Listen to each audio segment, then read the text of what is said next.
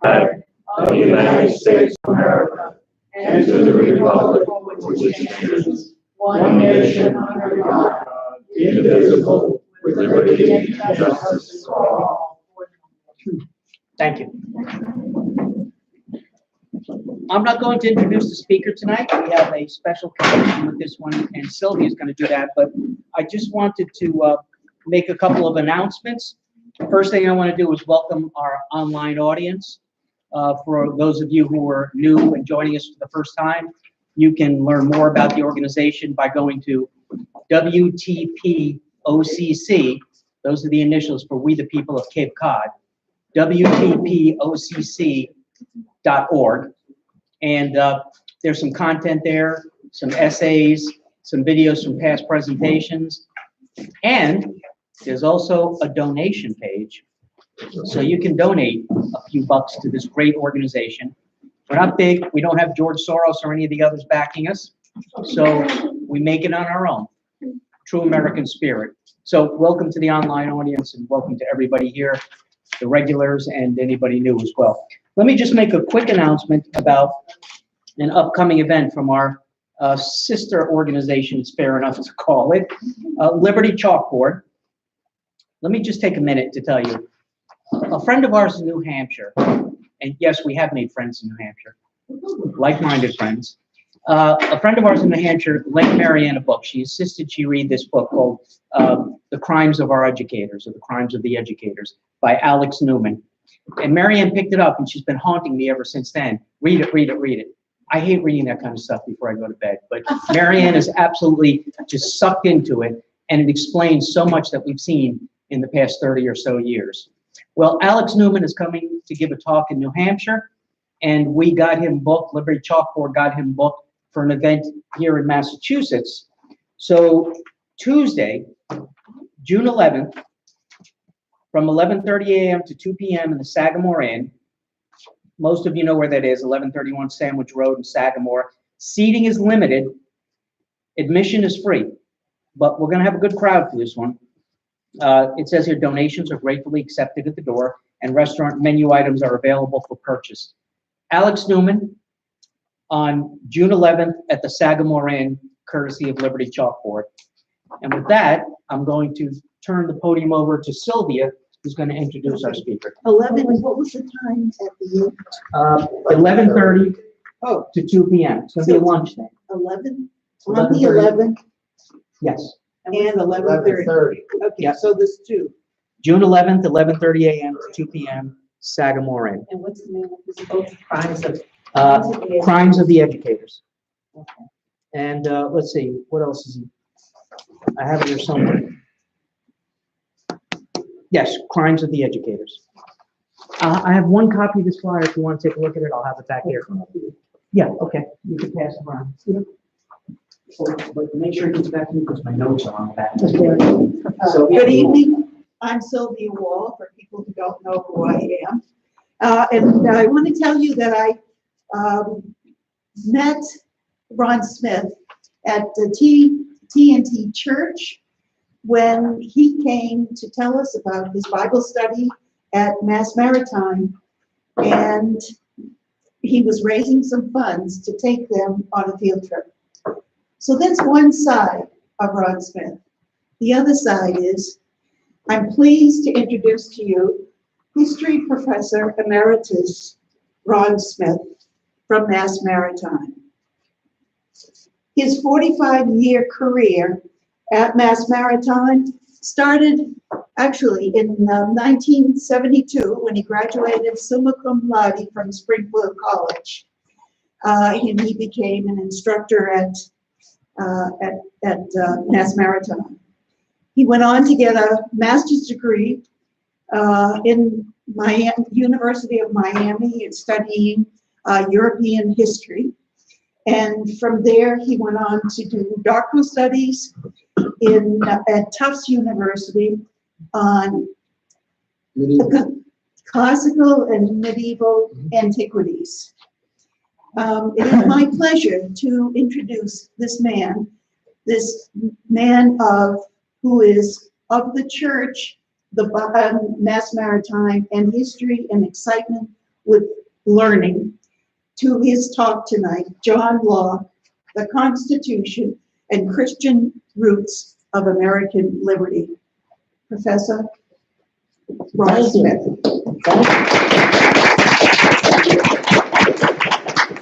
I'd like to meet that guy sometime. You know, it sort of reminds you, when how many of you ever had children, right?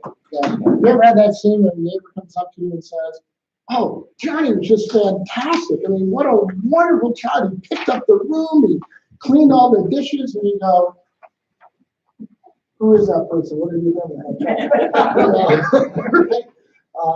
So, thank you very much, Sylvia. That's very nice.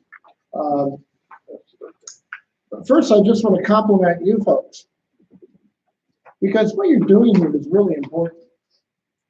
One of the themes of what I'm going to be talking about tonight, it's an underlying theme, but it runs all through it, is that the Constitutional Republic of the United States is in fact under threat. And there's really not much doubt about that. And it's under threat, as I'm going to point out here in a moment in my introduction, in large part because of ignorance about the foundations of the country and the rejection of values and principles that underpin this amazing experiment, the longest running constitutional republic in the history of the world. And therefore, people not knowing what that it's all about are actually in opposition to it because they simply don't know any better. So let me get going. So what you're doing here is significant. It's in little pockets like this that, well, the Constitution is maintained. Remember, Franklin was asked, you've probably heard this story a million times, when the Constitutional Convention was over, am I wandering too much? No. A little bit. Let's screw up that thing so fast. Right? This guy's over here going. But Franklin came out of the Constitutional Convention. A lady walked up to him and said, "Well, Mr. Franklin, what kind of government do we have?" He said, "A republic, if you can keep it." Very true words. And we're at that point. The state of understanding of the foundations of the Constitution and the underlying principles of American liberty is horrible. Many Americans, possibly even a majority, no longer understand nor value the foundation, the underlying principles, and the value of our Constitution. And they certainly have not a great appreciation of the Constitutional Republic. They don't even understand what it is. And they certainly have no understanding, most of them, of the Christian, Judeo-Christian roots of American liberties. Indeed, many today are actually in opposition to all this. I work in academia, and I have a brother down here who worked at Brown. Now, there's a man who, was in a situation that was described in the film, One Flew Over the Cuckoo's Nest. All right, if you ever saw that. It's about a mental institution. I work in higher ed. Fortunately, I work in a place that is military, regimental, and places a high premium on character and honor and integrity. In fact, Sylvia was there a week ago Tuesday, and she actually saw some of that. But many are now actively in opposition to our fundamental values. They espouse rather a radical secular view of society and government. And every single one of them, I can't get into some big time, I don't have time tonight really, but every single one of them has thoroughly totalitarian and fascistic outcomes. Can anybody say Antifa? Yeah. Okay? No different than the black shirts under Mussolini and the brown shirts under Hitler. Same tactics, same principles. Now, I'm presently teaching a course in ancient Rome. And I just completed about a week ago, I finished up my 1 week in describing the collapse of the Roman Republic. Now, in the circles that I move in, which tend to be, well, I move in academic circles, but I also move in prison circles. I do prison ministry, so be careful. I have friends in very rural places. Okay. By the way, when you get to the question time, if anybody wants to know how I got my street name, I have a gang name. I was given a gang name. Okay, Stale Mac. That's my gang name. Stale because I'm old, and Mac because I dress well. So a crick gave me, here's Stale Mac, baby. Thanks. Means I live until next week. But in my circles, we always tell you ever heard people say, oh, the Roman Empire, collapse the Roman Empire. You know, we're imitating collapse the Roman Empire. That's not it at all. You better look at the Roman Republic. That's the one you look at. That's one that has more historical analogies to us, although no event in history is ever exactly the same except in the future. And what I am intensely aware of is that there is a repackaging of ideas that should be on the ash heap of history. These are collectivist ideas. They're socialist, anti-capitalist, anti-Christian Judeo-tradition. They are radically statist views that I believe represent a direct threat to our republic. All these views that are espoused absolutely require the rejection and suppression of Christian beliefs and the biblical worldview. And when I say biblical worldview, I'm talking about the Judeo-Christian worldview. You can't, they both go together. This will become clear as my talk progresses.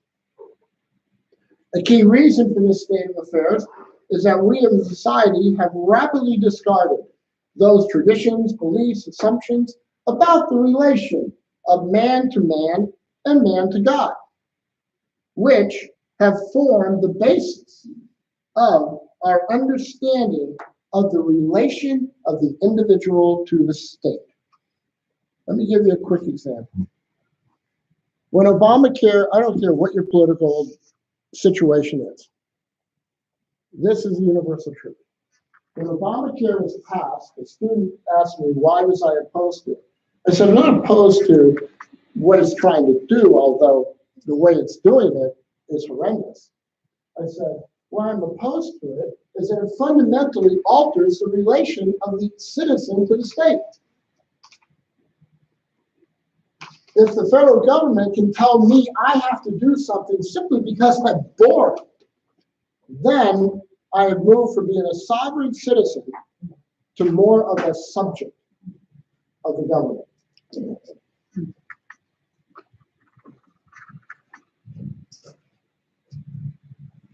Now this is going to be Locke deals with this issue.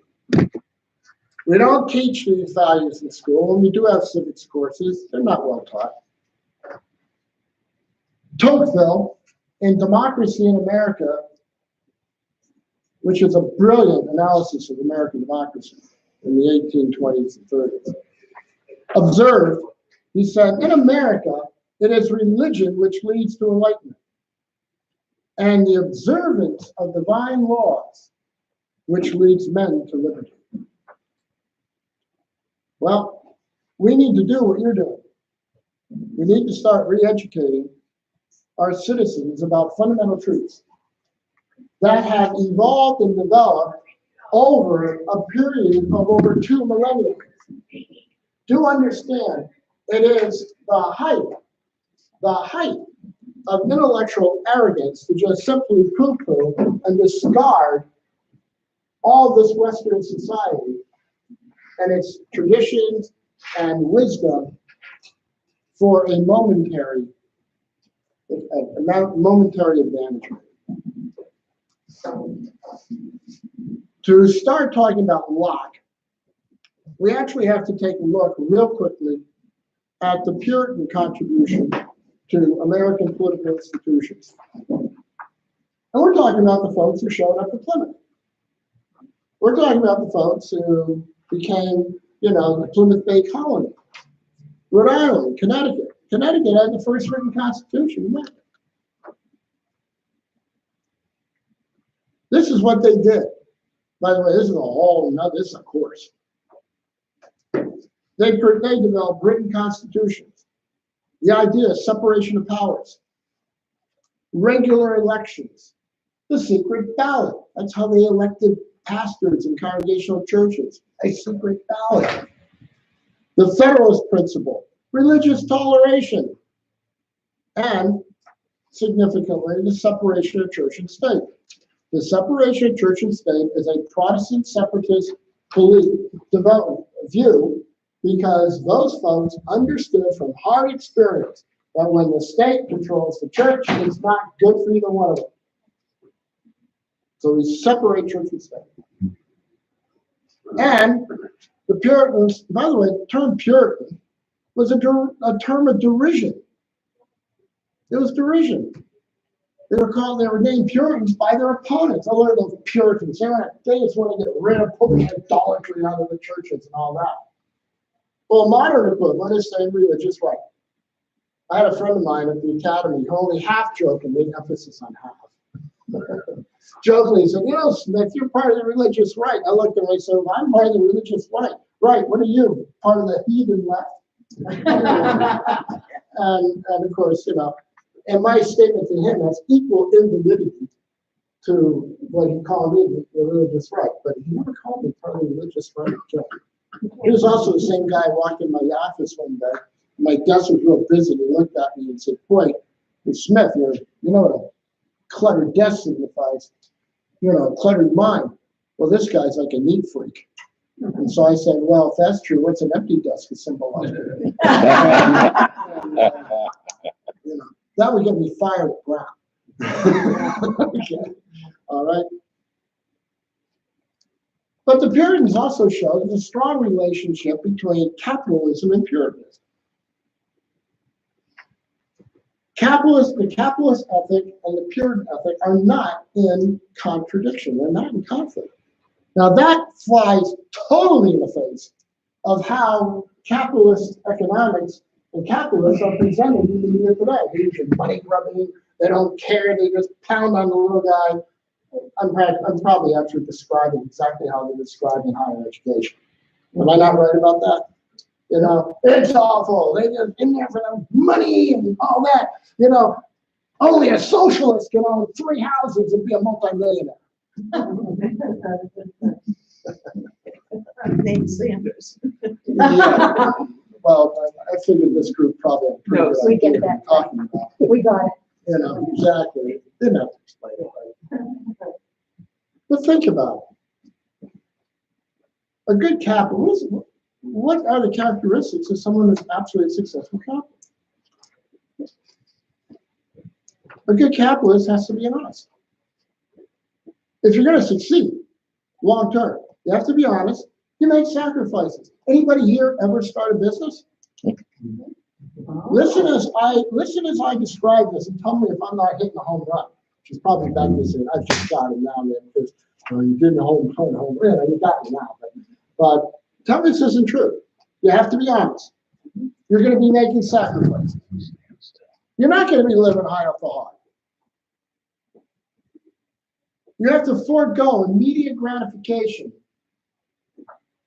of desires for long-term gain.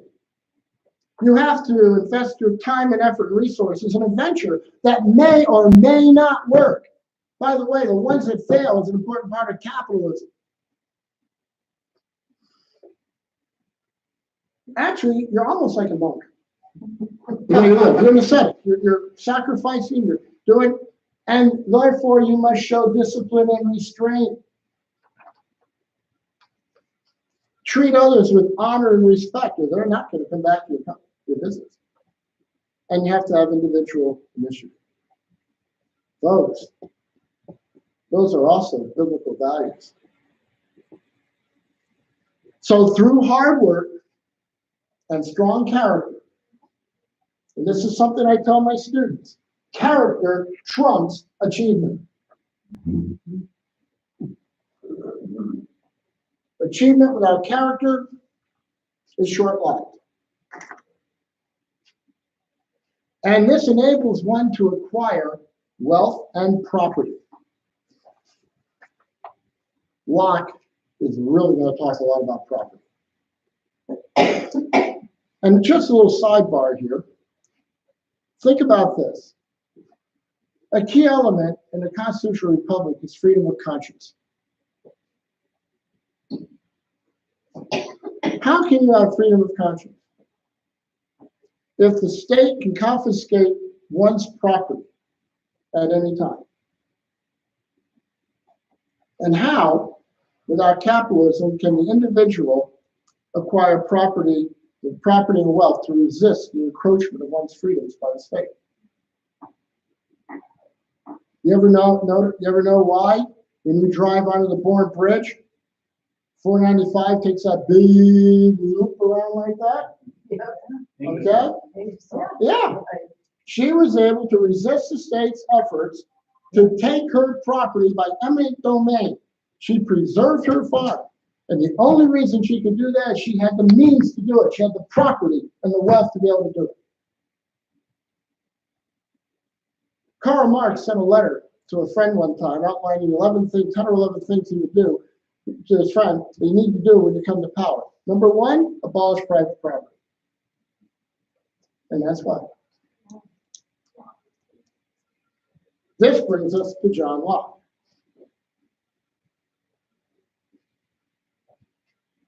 Locke was born in 1632.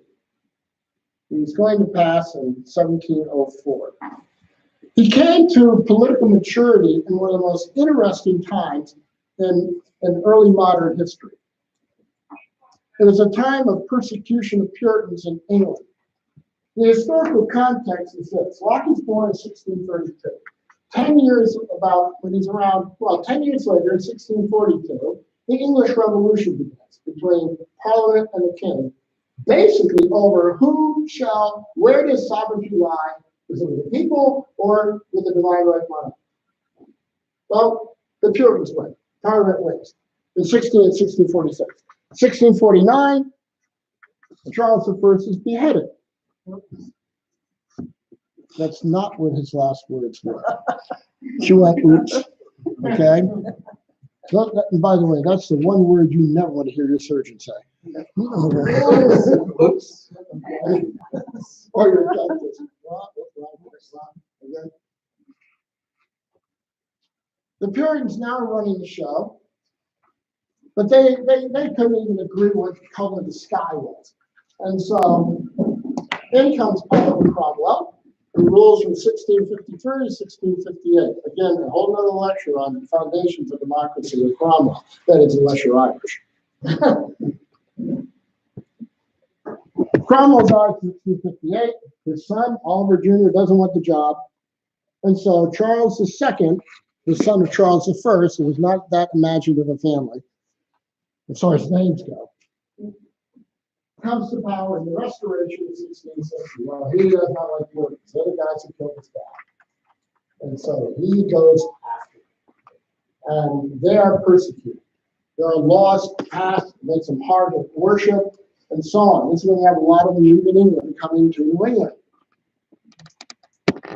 In the midst of this persecution, you have great Puritan writers like John Milton, Paradise Lost, Paradise Regained.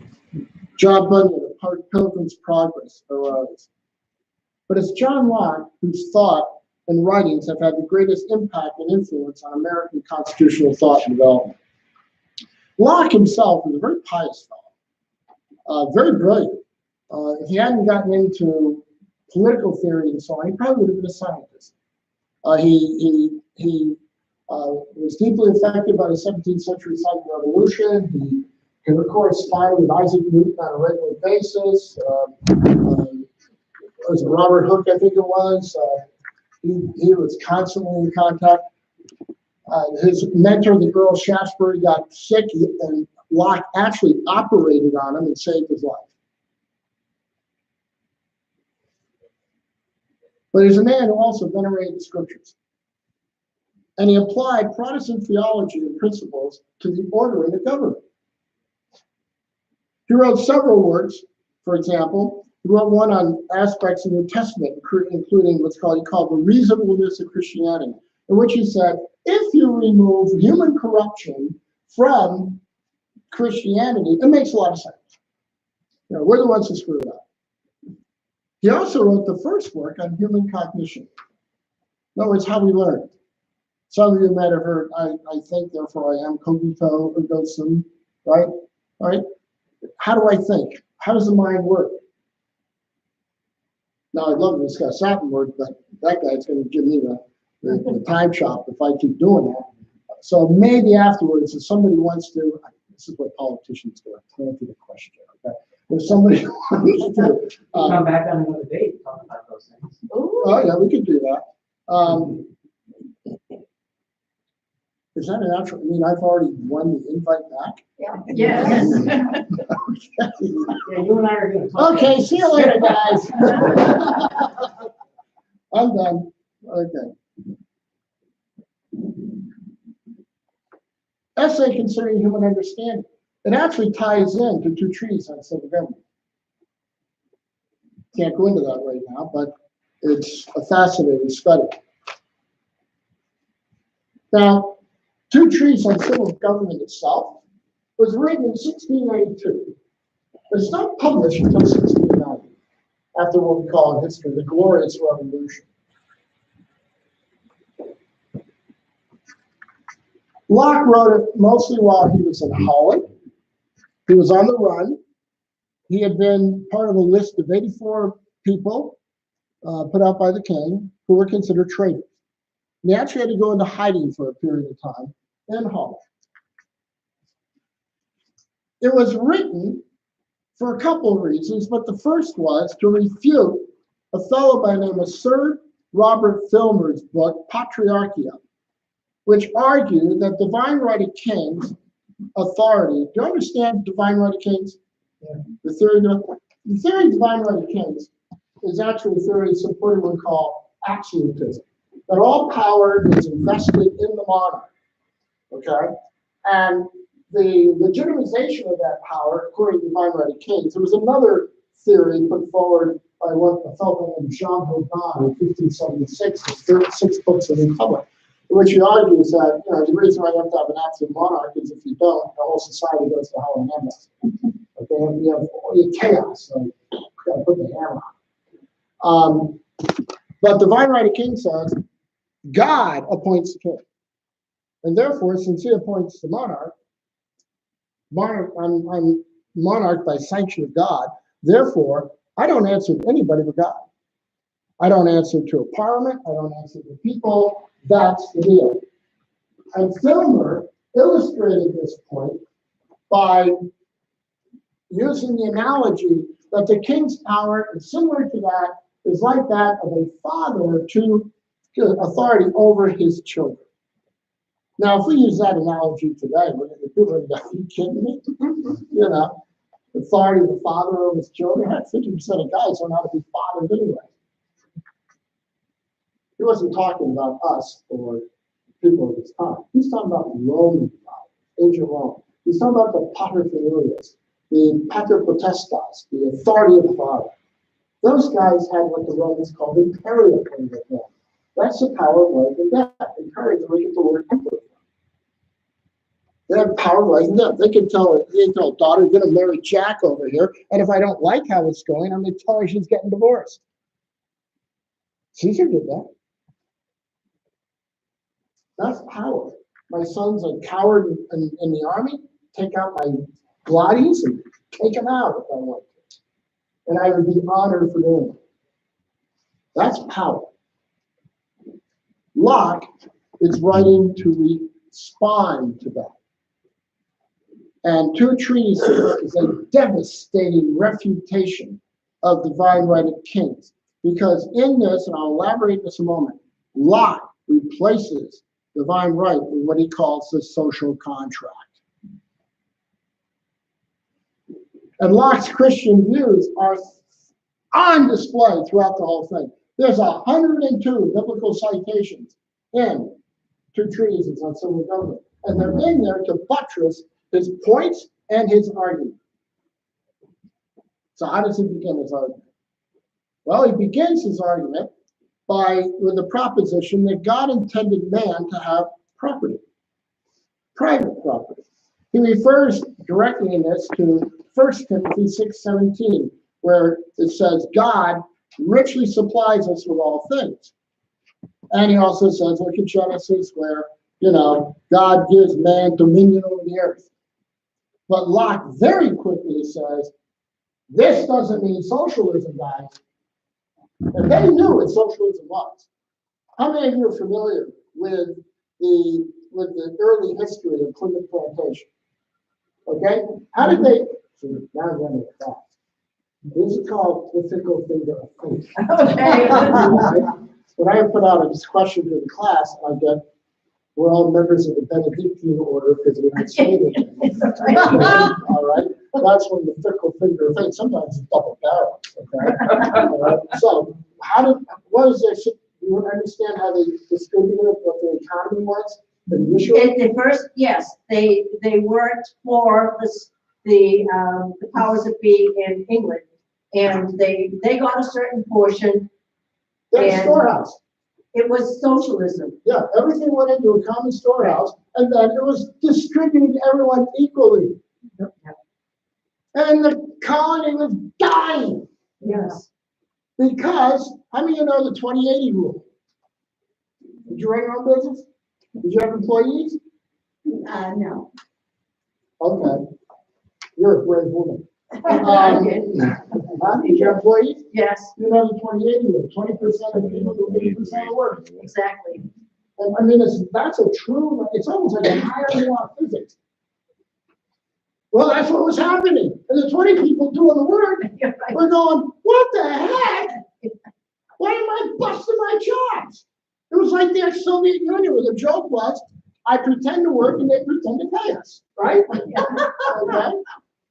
Well, then Winthrop says this ain't working. Everybody gets 5 acres of land, and if you don't work, and you're not going to eat. Boom! The place takes off. And that, by the way, is the principle that Locke puts forward. That's the principle. Locke says, any individual who takes what God has provided equally to all and tailors it to his own purposes becomes the sole owner of that property. Hear how these are his words. This is how he describes it. I have dots after each one of these. You remember that, right? Dot, dot, dot, which means I get away with saying, this is really out of context. God in his reason, says Locke, commanded him, man, to subdue the earth, subdue it for the benefit of life, and therein lay out something that was his own. What's his own? His labor. He that in obedience to the command of God subdued, tilled, and sowed any part of it, thereby annexed to it something that was his property, which another had no title to and could not without injury take from him. Your labor creates your property. Moreover, Locke says, the commandments and the 10 commandments, thou shalt not steal and thou shalt not covet, refer to private property. I mean, how can you have don't steal and don't covet if you don't have property out there to covet and steal? But that also raises another question. Locke says, why does man create government in the first place? From his reading of Genesis, Locke noted that man at one time existed outside the bounds of civil government. As far as I know, in Genesis, Adam and Eve did not have to answer to a parliament. They had to answer to somebody else, which they blew it, but hey. Congress is represented by a snake. Whoa. Okay, I'm going to hide behind the phone.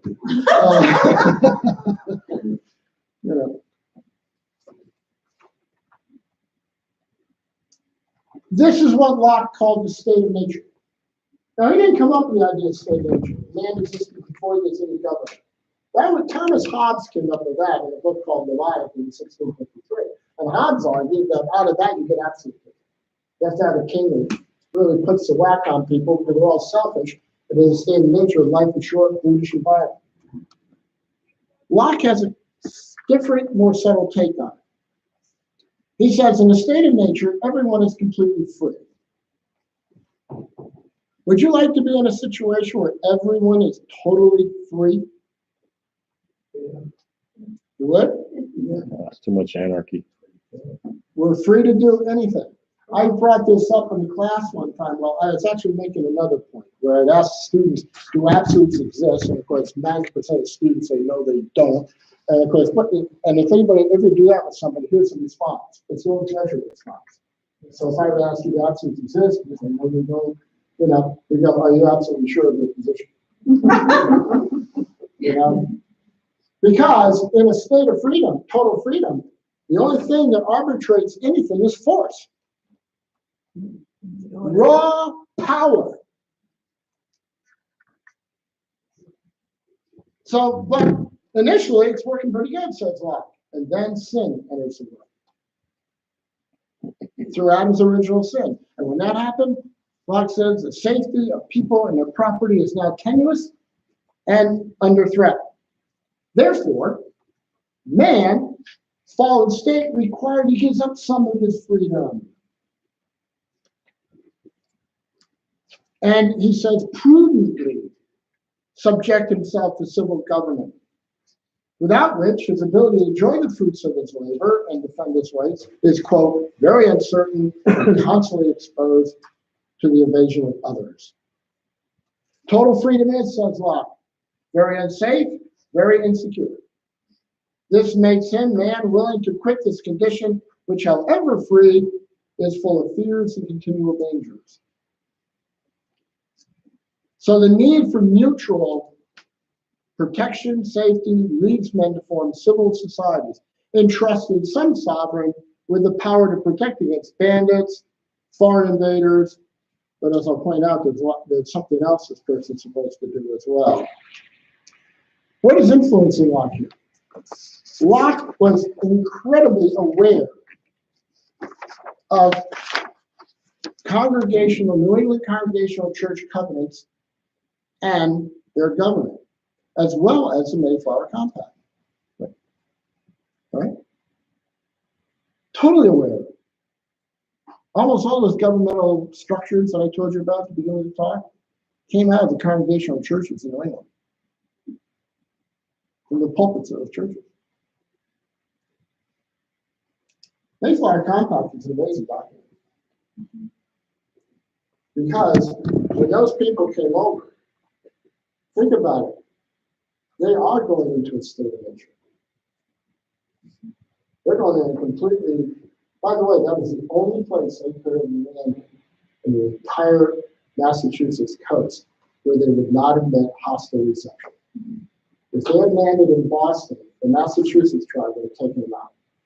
But there had been a disease in the area that had decimated the Indians in that zone, so it was abandoned. So they could land there, and it was actually to the advantage of Massasoit to have them there, because they became his allies against other Indian threat to Massasoit. So that, yeah, okay. So, by the way, the Puritans, being Puritans, the Pilgrims, certainly saw the hand of God in this.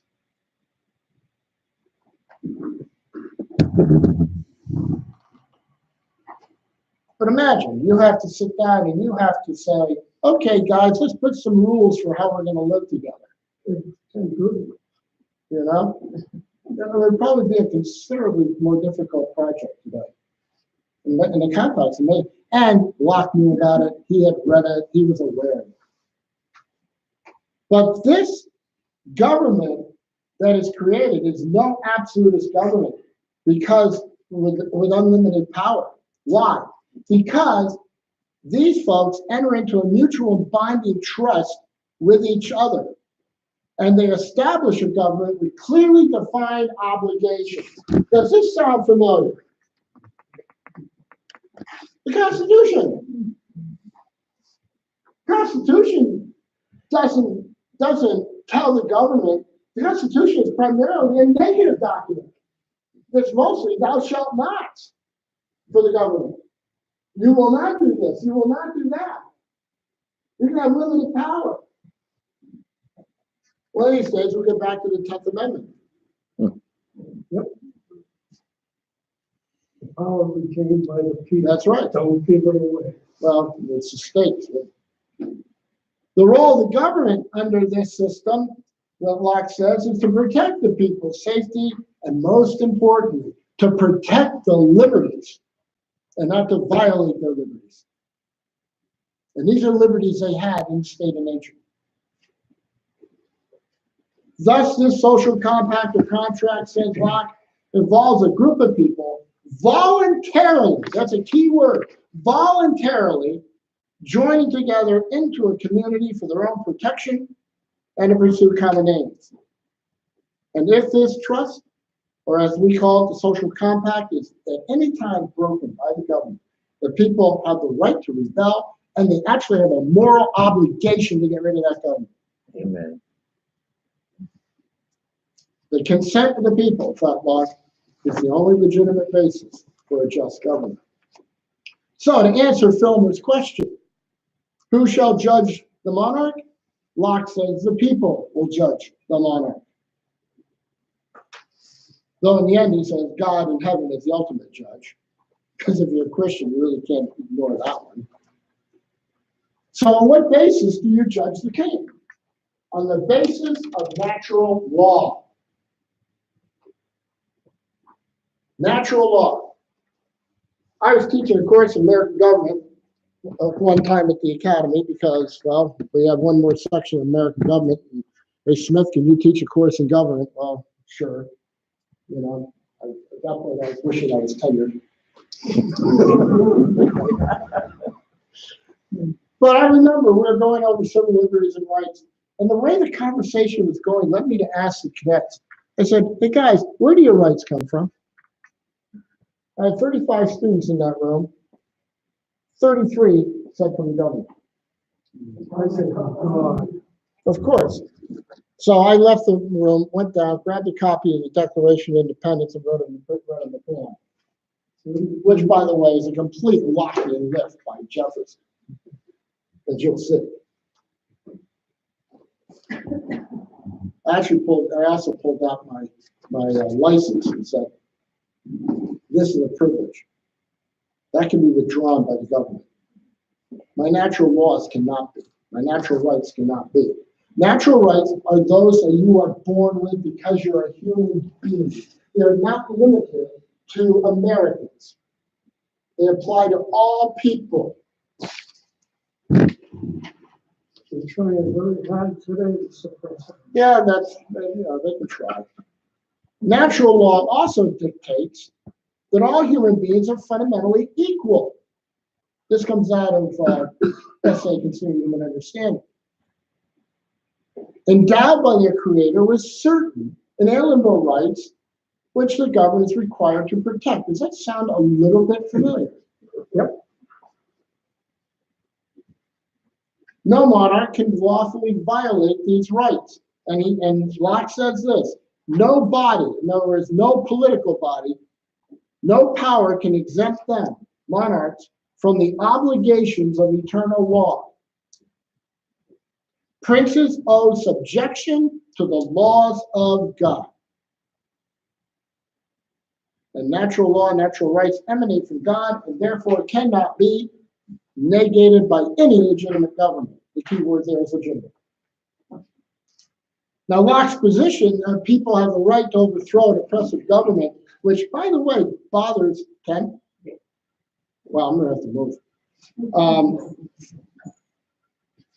It's not as radical as it seems, because he points out that people aren't so easily moved off of what they do, and that they'll put up with big errors, but it's the continual prevarications and lies and artifices and such over time that undermine their rights and liberties and gets them aroused.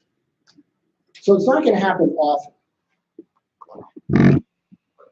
And Locke here is simply applying Protestant religious principles to the world of politics. Simply put, Locke says if the individual has the authority to interpret scripture for himself without a human being acting as intermediary, something that Martin Luther in the Reformation called the priesthood of all believers. If I have the ability individually to read the scriptures, understand them, and in that manner, make my relationship with God and gain my salvation in that manner, aren't I qualified to kind of figure out how I'm going to vote? Aren't I qualified to decide what my relationship is to government and to society? Because if government can tell me how I'm going to gain salvation, it's sure as I can tell me anything else. That's why in the First Amendment, the first freedom is freedom of religion. It's the core freedom. Not freedom of speech, freedom of religion, which, by the way, is under severe attack today. So, I'm not sure you can include. Well, so why is Locke so successful in influencing our constitutional republic? Because he's not a doctrinaire political ideologue. Locke was writing to respond to actual political situations. He wrote two treatises for two more reasons other than telling Filmer to go pound sand. He was to provide moral and philosophical justification for those already opposed to the monarch, and not only give them, this is why you're doing it, but here's an alternative, the social contract. You can replace this with this. Because it seems to have the sanction of common sense, historical precedent, and holy writ. Now, let me finish with one really important, a very important point in explaining why this is significant to Locke's ideas on American constitutional thinking. It's going to sound a little odd, but you have to understand the relationship between men of action and men of ideas, or ideologues. And that's critical to understanding how and why a revolution might succeed. If action precedes theory, the revolution probably will succeed. The American Revolution succeeded in part because we already had, if you talk to George Washington, those guys, they would have said, we're fighting to preserve rights we already have. That was the initial, read their documents. We're not creating new ones. Whereas if you go to something like, the French Revolution, where theory, ideology precedes events, where you have ideologues who are militarily wedded to their theories, they're going to create a wonderful society on earth, even if they have to kill you to do it. Well, that's how they think. They're very religious in that regard. There's no chance you're going to have a newer, freer regime. American Revolution results in George Washington, Jefferson and that crowd, and a constitutional republic. The French Revolution results in the Reign of Terror, and Napoleon, and also the intellectual underpinnings of totalitarianism. So our founding fathers made great use of Locke's ideas in justifying our separation from England and establishing a new political order based upon life, liberty, pursuit of happiness. And by the way, if you want to know how influential Locke is, his words are actually found in the 5th and 14th Amendments to the Constitution. And very quickly, I haven't been thoroughly overt with it, but underpinning all this is that the Judeo-Christian worldview is underpinning everything Locke said.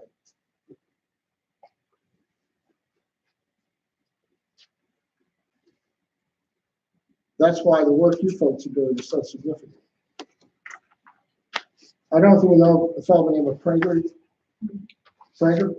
He just wrote an article about why the mock dislikes the Bible. Why who does? Why the left dislikes Oh, why the left? Bible. I thought you said Vermont. So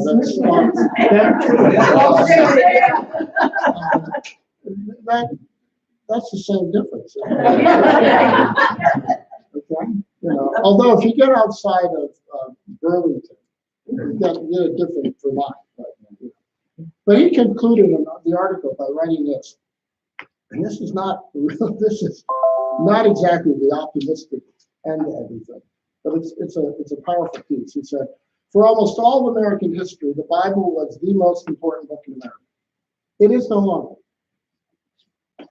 This is for obvious reasons, as outlined in this topic, a moral and intellectual catastrophe.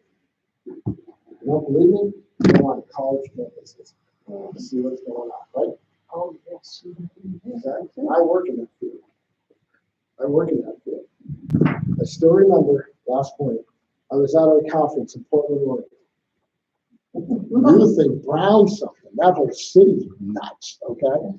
And it was a humanities course. I'm in history, social science department. The humanities professors are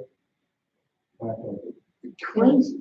They're nice people, don't get me wrong. A lot of them are really good. Huh? No, they're not. Well, maritime they are, but their department's like herding cats. All right, and so I'm at this humanities thing, and I'm like dying because the stuff they're talking about. And I went out there, I'm the chair of a committee, a presentation, and this is just when President Bush got elected, 2004, and they're women very nice ladies, but they start going to politics, and they're all Bush, they hate him and all this. Well, I'm from Massachusetts, right? So they simply assumed okay, that I'm with them. And I'm sitting there saying, I just can't wait. And so what do you think, Professor Smith? I voted for him. What? Oh, yeah. I met John Kerry, whose most famous line is, do you know who I am? All right? And I met him at the academy. He gave the worst commencement address ever. And all my friends were down I had to sit right behind him. And all my friends are sitting down there just laughing. Actually, look, I read a book in this. But, yeah. So, you can have fun with the left. But they have no sense of humor. Always remember that. Because unlike us, we understand that we may not save the universe, but we can have a lot more fun doing what we're doing. Okay, well, thank you very much.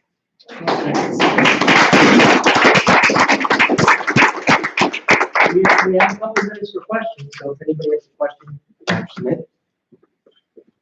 Wow, is that good? The biggest question I have is how did we lose who we were? Now, I'm old enough to remember going to school, and you go into the classroom and you would say a prayer. Didn't necessarily have to be anything except, God, thank you for today, and we're looking forward to lunch. Okay? And we pledged allegiance to the flag. To answer your question, Yeah, and this is only an opinion, go ahead. I think you see it in Hebraic history, you see it in Roman history. It is not unusual for states, nations, to move away from what made them great, because the population gets used to prosperity. They get used to the advantages, and they just that just happens. It usually takes something very serious to bring them back, if they bring them back. All right. So if you read the Old Testament or go into Roman history, any civilization, there's the organic view of civilizations. They're born, they grow, they mature, they grow old, and they die. That's a cyclical view. If we don't learn from history, Well, yeah, but that's history never repeats itself. Otherwise, it's cyclical. There was no progress. well, maybe I'm a little wacky, but I believe, you'll tell us, Abraham gave us our faith in God. Okay? And it has ever been a belief and a faith in God. Oh yeah, I'm simply saying that people will reject that because usually it's because their own appetites become more important than that, yeah. I think part of the thing, that there's a very specific things that the Marxists have to eliminate. They have to take over the education system. No, that was get rid like of number Christianity. 3. But the thing is, if you remember under Carter, he made the Department of Education, and they said, well, it's not going to do anything but keep statistics. What they did, they took over the curriculum. People used to get a degree in the subject they liked, and then if they wanted to teach, they said, I want to teach math, history. When they said there will be a degree in education to be able to be a teacher. And I had friends who got straight A's. One of my good friends, she was like, I'd really like to be a teacher. This is like 1960, right? She said, I'd really like to be a teacher, but I could not stand to take those courses. Yeah, they're pretty deadly. So Now, that by the way, is who you had to hire. I'm not qualified to teach in high school. Well, I have Right. a master's in education, but my master's also includes special education because That's my son's story. I deal with children. Right. You know, The whole special ed department, the Home Disabilities Act, and they used that to make layers to control down to the local level, and that's what they did. You know, well, they make a category, and then they use You made a that. good point. They And use that it. is not, but the early on, we talked about how are you aware of what's going on in China right now? 1 million Muslims are in re-education camps in China. Yes, Oh, yeah, that's that's right. right. Yes. And Christian churches are being burned. Right, yeah. I read a very powerful letter by a pastor who just got in prison. He wrote it to his, congregation, knowing he was going to be placed in prison. And the reason why is because, I always know that totalitarian states are always officially atheistic.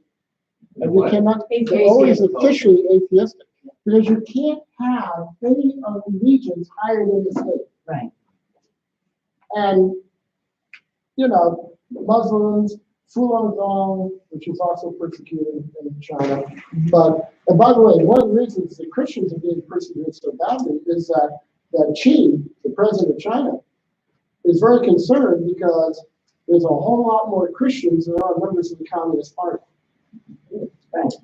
Okay? That's why I give the present regime there 10 to 15 years. And because they're making a big mistake. When you persecute Christianity, the church only gets stronger. That's right. In the history of the church, persecution makes it stronger. If you want to really nail it, make it all part of the system. Favor it, give it money, and it'll get weaker and weaker and weaker, because that's where it'll go. Let me interrupt for just a second. I just want to remind everybody that on June 13th, we're going to have Mark Meckler, co-founder of Convention of States. So it might be in a different venue because we're expecting a big crowd for that. That's item number 1. Item number 2, if any of you have to leave, please feel free. But if Dr. Smith has a few minutes, anybody's welcome to come up and speak with him afterwards. And I want to officially thank him for Well, thank you very much. It was a lot of fun. Thanks for coming. What you just said is what the United States is doing now. We give millions of dollars to Muslim groups, and maybe even billions, because of all their non-profits and what have you. Well, look what we're catching on. I mean, the Confucius Institutes on Higher Education, funded by the Chinese government, and basically spy on universities. They're being defunded now by universities. They're actually trying to catch on, and so on. But most of the funding that goes for Islamic